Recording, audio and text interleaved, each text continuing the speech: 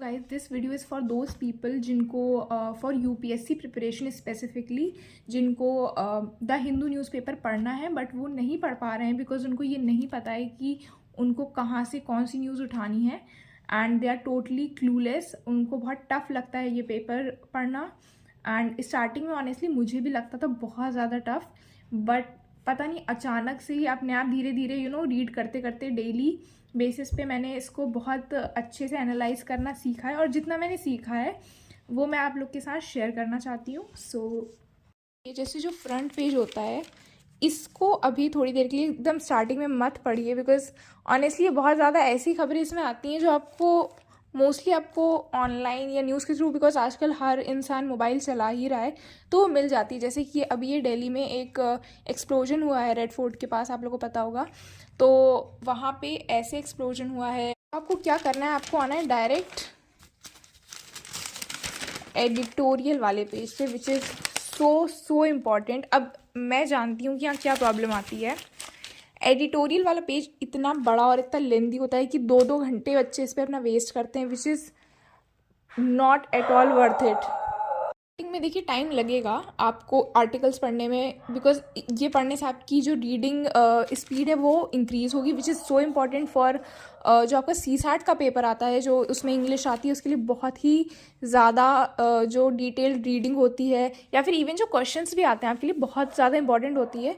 तो आप पहले इसको पढ़ेंगे। जैसे फॉर एग्जाम्पल मैं दिखाती हूँ, जैसे ये एक निकला है हमारा आर्टिकल, ठीक है। अब आप इसको बहुत ज़्यादा ब्रीफ मतलब एकदम घुस के नहीं पढ़ना है कि एक एक वर्ड आप पढ़ने बैठे हैं। आप पहले एक ओवरव्यू लीजिए, ठीक है। आप ये पहले पढ़िए, इतना जो पैराग्राफ फर्स्ट निकलता है उसमें आपको एक प्रॉपर आइडिया मिल जाएगा कि आपको इस अंदर में मतलब क्या क्या मिलेगा, ठीक है। ये वाला, इसके बाद ये वाला जो सेकेंड पैराग्राफ होता है जो मतलब स्टार्ट होता है एक इंट्रोडक्शन के बाद, दिस इज़ जस्ट अबाउट एक ओवरव्यू की तरह है, ठीक है। ऑनेस्टली मैं बताऊंगी, अगर आप ये नहीं भी पढ़ेंगे, अगर आप एक सीरियस यूपीएससी एस्पिरेंट हैं, अगर आप ये वाला पैराग्राफ यहाँ तक नहीं भी पढ़ेंगे, it's okay, it's totally fine, ठीक है।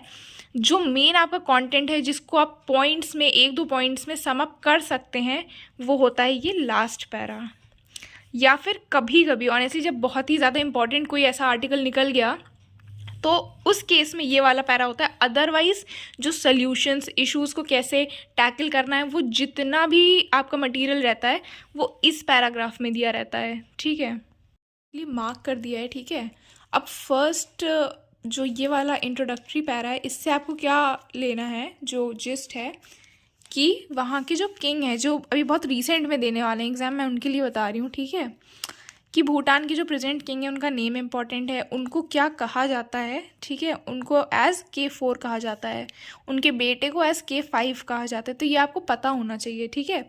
अब यहाँ पे ये जो पैरा दिया है फर्स्ट पैरा, इसमें यही बात की गई है कि कैसे जो हम लोग के PM है वो उनसे मिलेंगे उनके बर्थडे पे बिकॉज उनका 70th बर्थडे, ठीक है, ये सब दिया है। सो ये उतना इम्पॉर्टेंट नहीं है जितना कि ये 2 पैराग्राफ्स हैं, ठीक है। इन 2 पैराग्राफ्स में मैं बता रही हूँ क्या इम्पोर्टेंस है।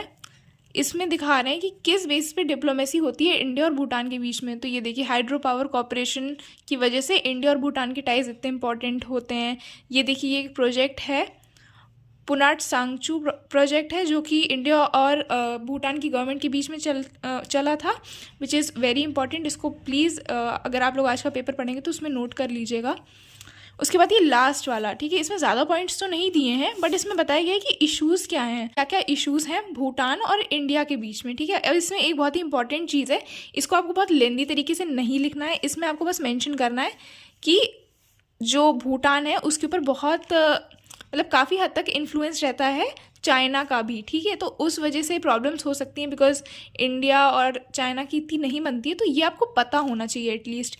उसके बाद यहाँ पे एक एक पॉजिटिव पॉइंट से एंड किया गया है इस पैराग्राफ को, कि जब जो इंडियन इंसर्जेंट्स थे वो जब भूटान के जंगल्स में जाके छुप गए थे, तो वहाँ की आर्मी ने, जो भूटान की आर्मी थी, उसने काफ़ी हेल्प करी थी इंडियन आर्मी की। तो ये चीज़ आपको ध्यान रखना है। अब इसको बहुत लेंदी तरीके से नहीं लिखना है आपको, मैंने बस एक बहुत ही शॉर्ट में आप लोग को बताया है। नेक्स्ट वीडियो में मैं आप लोग को बताऊँगी कि किस तरीके से आप लोग को इस पर नोट्स बनाने, बहुत शॉर्ट नोट्स, ठीक है। मेरी एक अलग से कॉपी है, मैंने उसको बहुत 2 तरीके से डिवाइड करके रखा है, एंड उसमें बहुत शॉर्ट में मैं लिखती हूँ, जिससे मुझे याद भी रहे कि मैंने किस कॉन्टेक्स्ट में लिखी हैं वो चीज़ें। चलता है which is another very important page in this newspaper.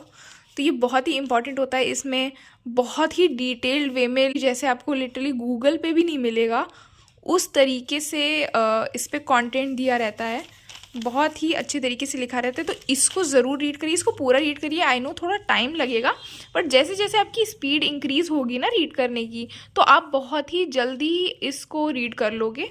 And next ये वाला पेज, ठीक है, इस पेज में भी ये जो नीचे पैराग्राफ है, सॉरी पेज नहीं, जो पैराग्राफ है, उसमें आप लोग को, उसमें भी वही सेम जो पीछे वाला मेथड मैंने बताया था, कि ये देखिए आपको लास्ट पैरा पे ज़्यादा अपना जो फोकस रखना है।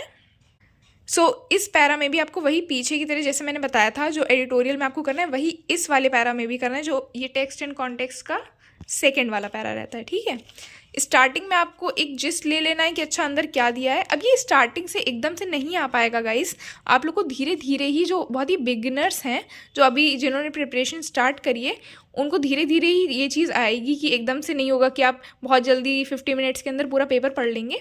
धीरे धीरे आएगा। मुझे भी बहुत टाइम लगा था ये चीज़ सीखने में, और धीरे धीरे मुझे भी आया था कि आप इसको बस स्टार्टिंग में ऐसे ये आधा पढ़ोगे ना, तो आपको समझ आ जाएगा कि अच्छा इस कॉन्टेक्स्ट में ये चीज़ लिखी है।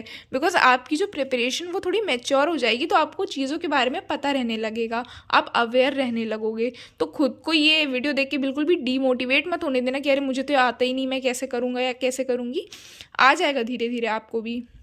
स्टार्टिंग का बस आपको ये पढ़ना है, उसके बाद लास्ट से आपको जितना जिस्ट है वो निकालना है। बिकॉज यूपीएससी एक ऐसा पेपर है ना, जिसमें आपसे पूछा जाता है कि किसी चीज़ का सल्यूशन, इस तरीके को, अगर इस चीज़ को अगर ऐसे करेंगे तो कैसे होगा, अगर इस पर्सपेक्टिव से किया जाए तो कैसा होगा उसका रिजल्ट। तो ये चीज़ आपको इसमें फोकस करनी है।